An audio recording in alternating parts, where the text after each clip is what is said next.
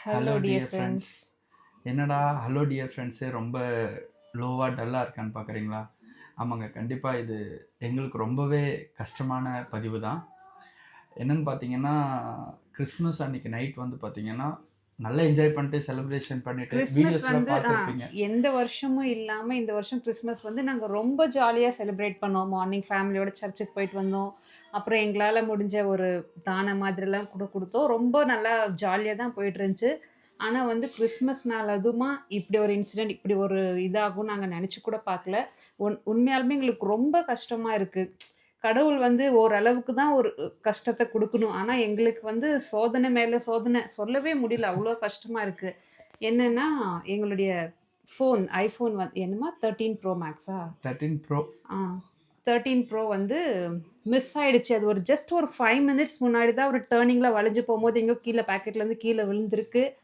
அது எடுத்துட்டு நாங்க கால் பண்ணிட்டே இருந்தோம். 1 மணி நேரம் பக்கம் நல்லா ரிங் ஆயிட்டே இருந்தது. பட் அப்புறம் திடீர்னு ஸ்விட்ச் ஆஃப் ஆயிடுச்சு. அது எப்படி சார்ஜர் இல்லாம ஸ்விட்ச் ஆஃப் ஆச்சா? இல்ல அவங்க பண்ணாங்களா? ஒண்ணுமே எங்களுக்கு புரியல. ஒருத்தர் போம்போது மிஸ் ஆயி ஒரு பொருள் கீழ போட்டுட்டாங்க அப்டின்னா, ஒரு மனசாட்சி உள்ள மனுஷங்க யாரா இருந்தாலும் அது குடுத்துறணும். ஆனா, உலகத்துல இருக்கிறவங்க ஏன் தான் இப்டி இருக்கிறாங்கன்னு தெரியல. அது வந்து நான் ஃபர்ஸ்ட் இவருக்காக இஎம்ஐ ஆக்சுவலா எனக்கு பிடிக்கவே பிடிக்காது. இஎம்ஐ போட்டு கிட்டத்தட்ட ஒரு 10 மாசம் கட்டுனேன்னு நெனைக்கிறேன். அவ்ளோ இதுவா நான் வாங்கி குடுத்தேன். எனக்கு சொல்லவே முடியல. எனக்கு 2 டேஸா நாங்க வந்து அவ்ளோ ஒரு இதுல ஃபீலிங்லயே இருந்துட்டோம். ஏன்னா ஃபர்ஸ்ட் எங்க வீட்ல வந்த ஐஃபோன் அது. பேசுமா. அதாங்க, அது ரொம்ப ஒரு மாதிரி கஷ்டமாயிடுச்சு எனக்கு. அந்த நைட்லாம் எப்படி ஆயிடுச்சுன்னா, ஒரு குழந்தைய தொலைச்சிட்டு பேரண்ட்ஸ் ரோட்டில் அழிவாங்களா அந்த மாதிரி நான் ஒரு வழியில் போயிட்டு வரேன் செய்கிறேன். எனக்கு அங்கே இல்லைன்ட்டு தெரியுது. பட் இருந்தாலுமே எனக்கு அதை தேடணும். எனக்கு வீட்டுக்கு வரணும். அது இல்லை, தொலைஞ்சிடுச்சுன்னு ஏற்றுக்கவே முடியல. சரி, எங்கேயாச்சும் இருக்கோம், ஓரத்தில் விழுந்திருக்கோம், இல்லை டிச்சில் விழுந்திருக்கோம். நான் பைக்கில் ஒரு 10-15 டைம் போய் பார்த்தாச்சு. அண்ட் வந்து பார்த்தீங்கன்னா, நான் நடந்துமே ஒரு 5 டைம் அந்த ரோட்டில் கிட்டத்தட்ட ஒரு 800 ஃபீட் இருக்குன்னு வைங்க நான் போயிட்டு வந்த டிஸ்டன்ஸ். அதில் நான் டார்ச் அடிச்சுட்டு அந்த நைட்டில் ஒரு மாதிரி பைத்தியக்காரனோட மோசமாக நான் நடந்துட்டேன். ஏன்னா எனக்கு வந்து பார்த்தீங்கன்னா, அது ஜஸ்ட் மொபைல் இல்லைங்க, எனக்கு அது ஒரு மாதிரி எமோஷ்னல். ஏன்னா எனக்கு நிறைய பெனிஃபிட்ஸ் நடந்திருக்கு. எனக்கு ரொம்ப நல்லது கிடைச்சிருக்கு. எனக்கு அது எப்படி சொல்றதுன்னு தெரியல. நான் அவ்வளோ கனெக்ட் அந்த மொபைலோட. வினோ வந்து பார்த்தீங்கன்னா, இந்த மொபைல் எடுத்துட்டு கூட அதை சேஞ்ச் பண்ணிக்கலாம்னு சொன்னாங்க. இந்த மொபைல் நான் எடுத்துக்கிற 16 மாதிரி ப்ரோ மேக்ஸ் நம்ம எடுத்துட்டு கூட ஆல்ரெடி நம்ம அது பழைய போட்டிருப்போம். மொபைல் வாங்கிக்கலாம். ஏன்னா அதுல பேட்டரி கூட சார்ஜர் கூட நிக்கிறது இல்ல. அடிக்கடி அது போட்டுட்டே இருக்கணும். அது பேட்டரி இதுவும் கம்மி ஆயிடுச்சு. ஸோ அது மாத்திக்கலான்னும் போது ஒரு வேணாம் அப்படின்ற மாதிரி. ஏன்னா அவருக்கு அந்த மொபைல் அவ்வளவு பிடிக்கும். நான் அது பேட்டரி சேஞ்ச் பண்ணி யூஸ் பண்ணலாம் செய்யலான்ட்டு கூட ஒரு சஜஷன் கொடுத்தாங்க. அதெல்லாம் நான் எதுவுமே யோசிக்கல. ஸோ இப்போதைக்கு எனக்கு யூஸ் பண்ணுறதுக்கு ஓகே அப்படின்ற மாதிரி இருந்தது.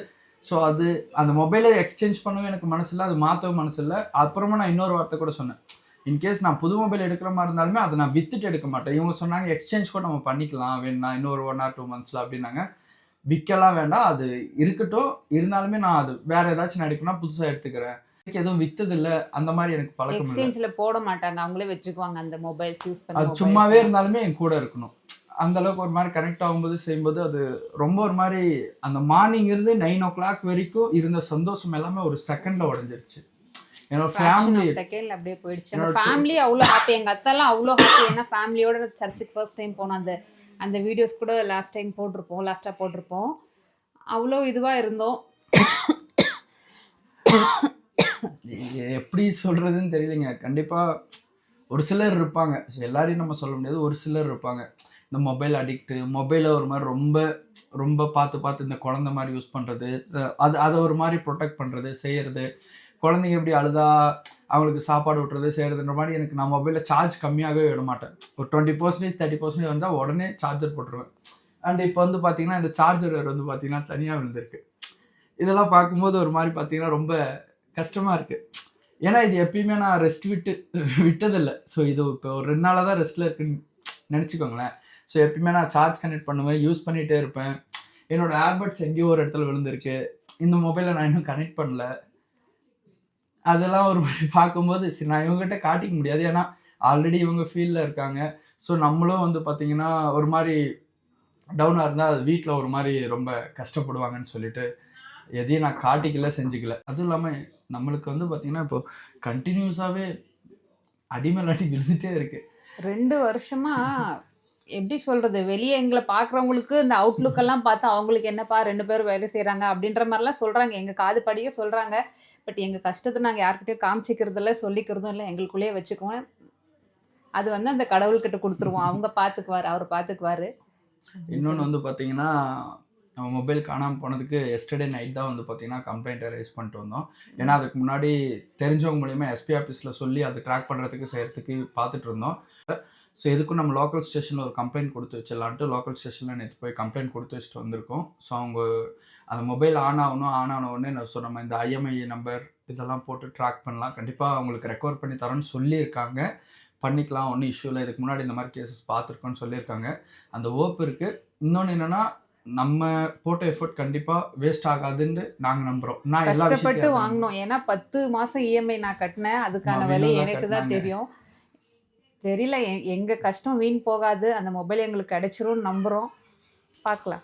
ஹோப்ஃபுல்லி கிடைக்கும்ன்றத நானும் ட்ரஸ்ட் பண்றேன். ஏன்னா இந்த கையில நான் மறுபடியும் என்னோட 13 ப்ரோவ நான் வச்சு ஃபீல் பண்ணணும். ஸோ கண்டிப்பா அது நான் நான் நல்லா வச்சு யூஸ் பண்ணிட்டுருந்தேன், செஞ்சுட்டுருந்தேன்.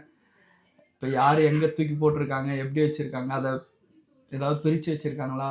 எனக்கு தெரியல. எதுவும் தெரியல. எப்படி வச்சிருப்பாங்க என்னன்னு தெரியல. அதெல்லாம் யோசிக்கும்போது ரொம்ப ரொம்ப கஷ்டமா இருக்கு. ஏன்னா நம்ம மொபைல்ல நான் அந்த அளவுக்கு பார்த்துட்டு இருந்தேன். ஆக்சுவலா அது வந்து பார்த்தீங்கன்னா, பேக்ல டெம்பர் வந்து பார்த்தீங்கன்னா உடைஞ்சிருந்துச்சு. நான் இந்த மந்த் டெம்பர் இல்ல. பேக் அந்த பேக் கிளாஸ் கிளாஸ் அது பேக் கிளாஸ் வந்து கொஞ்சம் அந்த பார்த்தீங்கன்னா, அது ஒரு கண்ணாடி ப்ரெஷர்னால விரிசல் விட்டுருந்துச்சு. உடைஞ்சிருந்துச்சு. ஆக்சுவலா இந்த வீக் இந்த ஜான் 1 வந்து நான் சேஞ்ச் பண்ணலான்ட்டு அதுக்கு அமௌண்ட்லாம் கேட்டு அதுக்கு ஒரு 12,000 சம்திங் சொல்லியிருந்தாங்க அந்த கிளாஸ்க்கு மட்டும். ஸோ அதெல்லாம் சேஞ்ச் பண்ணலான்ற ஒரு ஒரு மாரி ஃபிக்ஸ் பண்ணி வச்சிருந்தேன். அதுக்குள்ள எனக்கு இது நடந்த உடனே ரொம்ப கஷ்டமாயிடுச்சுங்க. இதுதான் ஃப்ரெண்ட்ஸ். இதுதான் ஆனது. ஸோ அது கிறிஸ்மஸ் நாள் அதுமா இப்படி நடந்திருக்க கூடாது. நடந்துருச்சு. யாருமே எதிர்பார்க்கல இப்படிலாம் நடக்கும்னு. ஓகே, எங்க பொருள் எங்க கைக்கு கிடைக்கும்ன்ற ஒரு நம்பிக்கை. Okay friends. பாய்.